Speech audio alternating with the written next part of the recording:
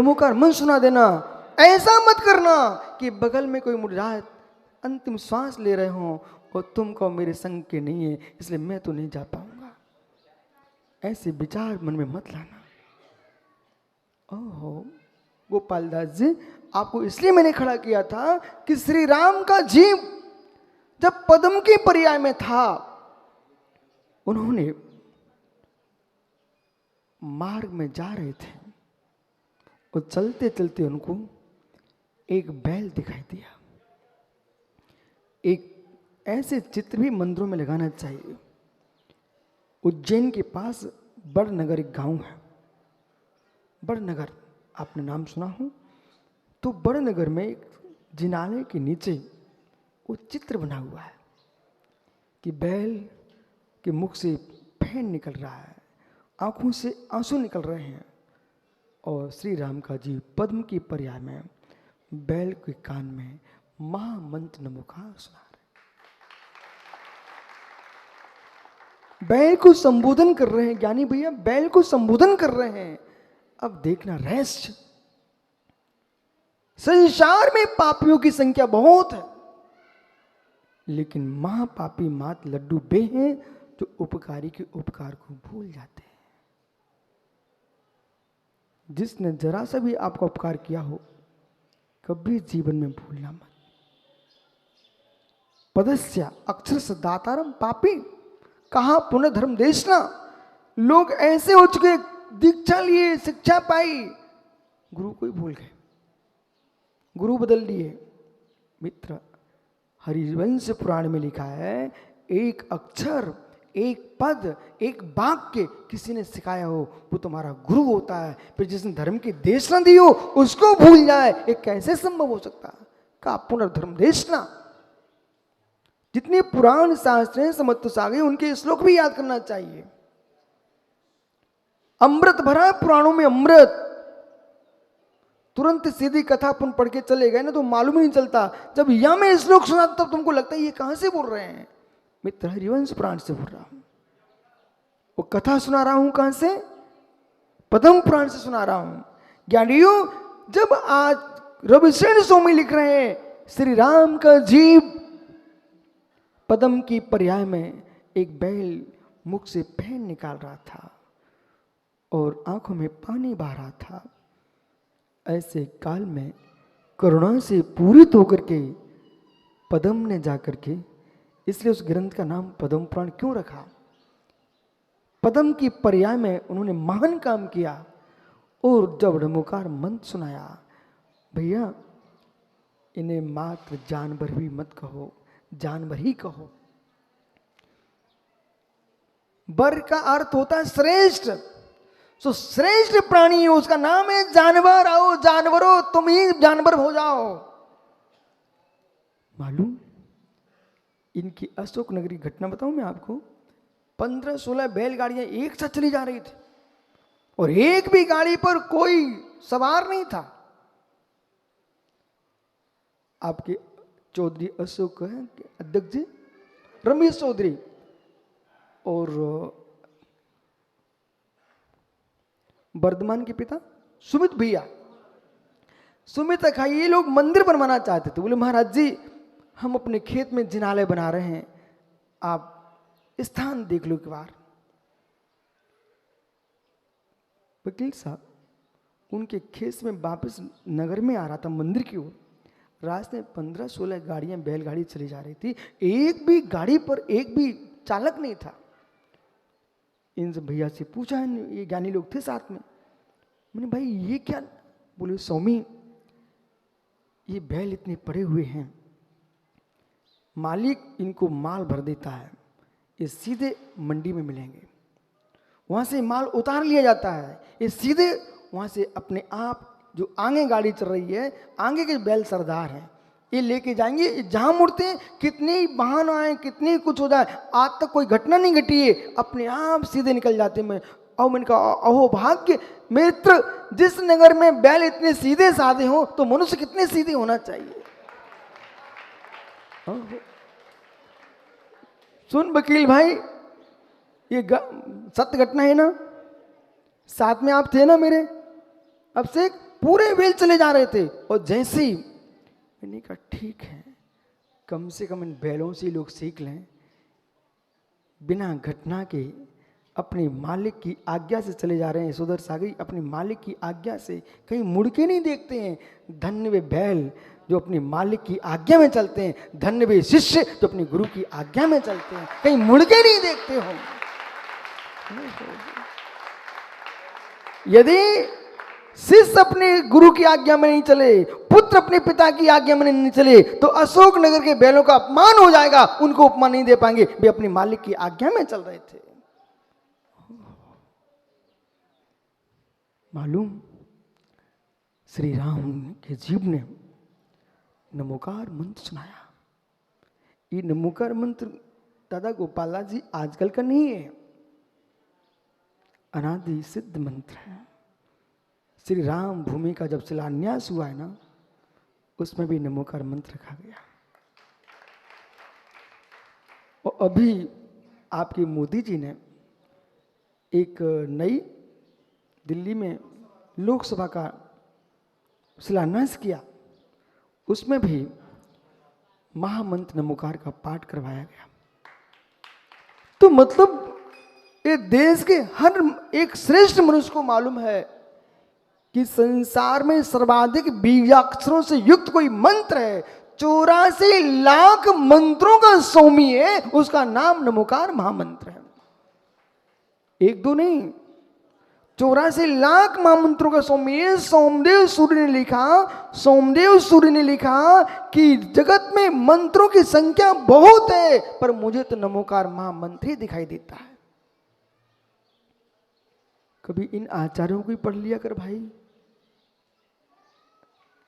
जनता परिवार पंडित अच्छा लेके आए, ये तुम्हारी प्रशंसा मुख पे नहीं कर रहा हूं, इसलिए कह रहा हूं, जो हम लोग यहाँ नहीं होते ना, इतने समझदार विद्वान हैं। इस मधुबन में जितने मुनिगण हैं, सबके प्रति समभाव रखता है। जितनी परंपराएं हैं, सबकी जय बोलता है। मित्र, ऐसे पूरे देश के विद्वान सभी आचार्य मुनियों की जय बोलने लग जाएं, तो समाज में जय जयकारी हो जाए। ये जनता परिवार ने कान में नहीं कहा कि तुम उनकी जय मत बोलो। मित्र, नमो लोए राजीव, थोड़ी देर से बिठा देता हूं। श्री राम का नमोकार पूरा हो जाए फिर बिठा दूंगा, ठीक है। श्री राम ने नमोकार सुनाया। संसार में पापी बहुत हैं, पर उपकारी के उपकार को भूल जाता वो महापापी है। मित्र, संसार में धर्मात्मा बहुत हैं, पर उपकारी के उपकार को मानता है, उससे बड़ा कोई धर्मात्मा नहीं। जिस बैल को मरते समय श्री राम ने नमोकार सुनाया था, वो बैल ने क्या उपकार किया, ये किसी को मालूम? उस बैल ने क्या उपकार किया श्री राम का?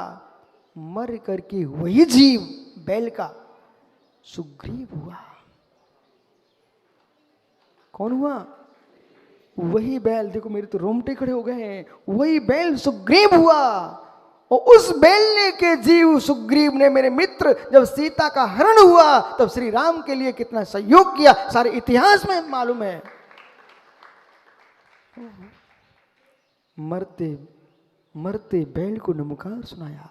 मरते सांप को मेरे मित्र संबोधन पारसनाथ ने दिया। ज्ञानियों, मरते बकरे को नमोकार चारुदत्त ने सुनाया। मरते हुए श्वान को नमोकार मंत्र मित्र जम्मू स्वामी ने, जीवंतर ने सुनाया। इन सारे जीवों को पूजो। उन सारे जीवों ने आकर के देव बन करके अपना उपकार का बदला चुकाया। इसलिए जीवन में राजीव, चाहे कोई चिड़िया हो चाहे पक्षी हो, हिंसक हो चाहे अहिंसक हो, उसकी क्रूरता उसके हाथ में है। लेकिन हो सकता है क्रूर से क्रूर प्राणी आपके द्वारा सुने नमोकार से उसके भाव बदल जाए और मेरे भविष्य में भगवान बन जाए। तो कितने लोग आज नियम नहीं ले सकते कि हम किसी भी मरणासन को नमोकार नहीं सुनाएंगे। मतलब आपका नियम है, नहीं सुनाएंगे ना। तो कितने लोग हैं, कोई भी जीव मर रहा होगा, मेरे मित्र सबसे पहले उसको हम संबोधन देंगे, मनमुखार मन सुनाएंगे। कितने लोग नियम तुलवा। भैया आपका विधान सफल हो गया। गए सिद्धों की वंदना आप कर रहे हो, बनने वाले सिद्धों के लिए ये सब नमोकार सुनाएंगे। बैठ जाओ, आप सब बैठ जाओ। क्यों ज्ञानियों, बात ऐसी है, अपन तो बुंदेलखंडी हैं, और बुंदेलखंडी एक बात आपको बताएं, बड़े चतुराई की बात है। बताएं का बताने पड़े मित्र। बात ऐसी है, ये गोपाल दास जी सोच रहे, बोले महाराज जी इतने जोर क्यों दे रहे हैं। वकील साहब सोच रहे ये जोर क्यों दे रहे हैं। तो हमारे राजस्थान के दादाजी हैं पगड़ी वाले, पवन भैया, दादा से पूछो सुनाई पड़ रहा है क्या। बस पवन भैया बैठो। दादाजी कितना भक्त जीव है, जब ये अपनी मारवाड़ी सुनाते हैं ना तो आत्मा गदगद हो जाती है। इतनी उम्र के होने पर भी सम्मेल शिखर की वंदना करने आए, बेजोलिया से आए हुए हैं। कि एक बार बहुत बड़ी पंगत लगी हुई थी, और बहुत बड़ी पंगत में बहुत सारे लोग भोजन कर रहे थे, भंडारे चल रहे थे, और उसी बीच में एक ज्ञानी पीली दुकान भागचंद उसमें भोजन कर रहा था। अब ये लोग इतने चतुर बुंदेलखंडी लोग हैं, अब ऐसा तो कह नहीं सकते भैया कि भैया देव पूड़ी रख जाओ, कि बालूशाही रख जाओ, पकौड़ा रख जाओ, तो भैया नाक कट जाएगी। अब चतुराई इनकी क्या होती है, बोले भाई देख सामने वाला खाली बैठा हुआ, सामने वाला खाली बैठा देख। जब सामने वाले के लिए बुलाएगा तो जब परोसने आएगा तो भैया देख ले तुम भी तो खाली बैठे, बोलते रखो ना यहाँ। जब ज्ञानियों में ये कह रहा हूं सबको नमोकार सुनाना, सबको नमोकार सुनाना, इसका मतलब तुमने नियम ले लिया सबको नमोकार सुनाना, तो जितने साधु महात्मा है उनको भी सुना देना। इसलिए ज्ञानी अपनी समाधि चाहते हो, भगवती आराधना का शब्द है, अपनी समाधि चाहते हो तो दूसरे की समाधि में कराने के भाव जरूर रखना। यही समाधि के पूर्व की आलोचना है, यही आलोचना है। बिना आलोचना के समाधि नहीं हो सकती है। इसलिए मित्र, जोपसदि पाणम व्यवहार आलोचना की व्याख्या के बाद अब नियम सार जी में 109 नंबर की गाथा में, यहाँ पर 465 नंबर की गाथा में कह रहे हैं कि जो जीव अपनी आत्मा का अवलोकन कर लेता है, संसार में सबसे बड़ी आलोचना वही होती है। जो पशुदीय पाणम संभावे, अपनी आत्मा को शाम में भाव से जो देखता है, शंट परिणामम, और साम्य भाव में अपने परिणामों को स्थापित कर लेता है। आलोचनम विधि जन्नम, उसे आलोचना जानो परम जिंदत उवेशम, ऐसा परम जिनेन्द्र देव का उपदेश है। मतलब सारी व्याख्या सुन लिए, सब समझ में आ गया है। अब इतना मां समझना है कि ज्ञानी उपदेश कर रहा था कि दही बनाना चाहिए, आपको दही बनाने की विधि भी सिखा दिए कि जामुन डाल के दही बन जाता है। अत्यंत गर्म होगा तो नहीं बनेगा दूध, और अत्यंत ठंडा होगा तब भी नहीं बनेगा। तो शादी लाल जी कुनकुने दूध में मक्खन निकालना चाहे तो, घी बनाना चाहे, दही बनाना चाहते तो आपको कुनकुने दूध में जामुन डालना चाहिए। ये सीख लिया ना। अब सीख करके दूध रखा अलग, मटकी रखी अलग, जामुन रखा अलग, और शादी लाल वकील साहब कह रहे हैं ओ दही बन जा दूध। मेरे मित्र, दादा के दादा के दादा भी आ जाएंगे तब भी दही नहीं बन पाएगा। ऐसी हमने तो आपको उपदेश दे दिया कि परिणाम सामने रखना, सबको नमोकार सुनाना, भावों की विशुद्धि बनाना। हार्दिक भाई, लेकिन गुरुजी हम तो वो ही करें जो आज तक करते आए हैं।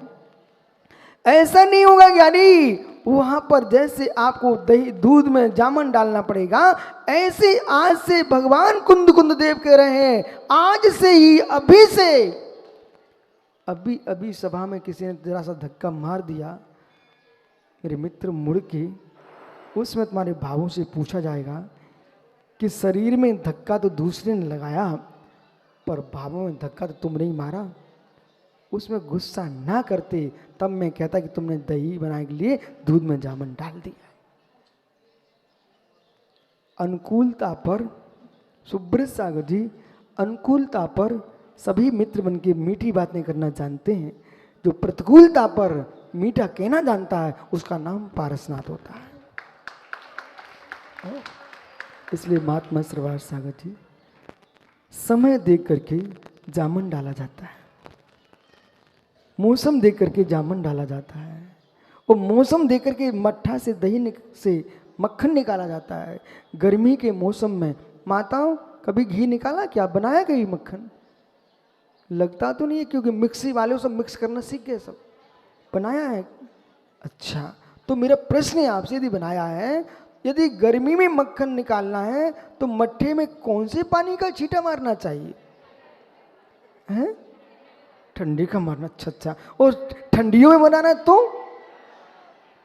तो ज्ञानियों इतनी बात सबको सिखा दो कि जब मौसम के अनुसार पानी के छींटे मारना पड़ते हैं, एक से नहीं मारना पड़ता है। ऐसे जब मौसम जैसा हो वैसे परिणाम बनाओ, जैसा मौसम वैसे चर्या करो, हर मौसम के अनुसार जीना सीखो। लेकिन मट्ठा बनना चाहिए, दही से मट्ठा बनना चाहिए, मक्खन निकलना चाहिए। आपने तो एक सीख के रख लिया है कि मट्ठे में पानी के छींटा मारो, लेकिन पानी के छींटा तो मारो, मौसम कौन सा है ये तो जानो पहले आप। मौसम का बोध होना चाहिए। इसी प्रकार से पंचम काल का मौसम चल रहा है। भैया सुन रहा, पंचम काल का मौसम चल रहा है, ये चतुर्थ काल के चींटे मार रहे हैं। कहां से महाराज मिल जाएंगे इनको? पंचम काल के मुनिराज में पंचम काल जैसा चींटा मारोगे तो तुमको मुनि भगवान दिखेंगे, और तुम चतुर्थ काल के पानी के चींटे मार रहे, नहीं मिलेंगे भगवान आपको। गर्मी के मौसम में तुम और गर्म पानी डाल रहे हो तो मक्खन नहीं निकला, वो भी गर्म होकर उसी में घुल जाएगा। और ठंडी के मौसम में ठंडा पानी डाल रहे तब भी नहीं निकलेगा। जैसे गर्मी में शीतल पानी और सर्दी में गर्म पानी, ऐसी पंचम काल की साधना पंचम काल के अनुसार करोगे तो तुम भगवान बन जाओगे, और चतुर्थ काल की साधना चतुर्थ काल के अनुसार तो भगवान बन जाओगे। और चतुर्थ काल की साधना पंचम काल में करने लग गए ना तो मेरे मित्र 4 दिन बाद फेल हो जाओगे। इसलिए जाओ अपने जीवन में समय पर काम करना सीखो। बैठो भैया, समय पर काम करना सीखो। आत्मा स्वभावम परिभाव भिन्नम, आत्मा स्वभावम परिभाव भिन्नम। आत्मा का स्वभाव प्रभाव अत्यंत भिन्न। महावीर स्वामी की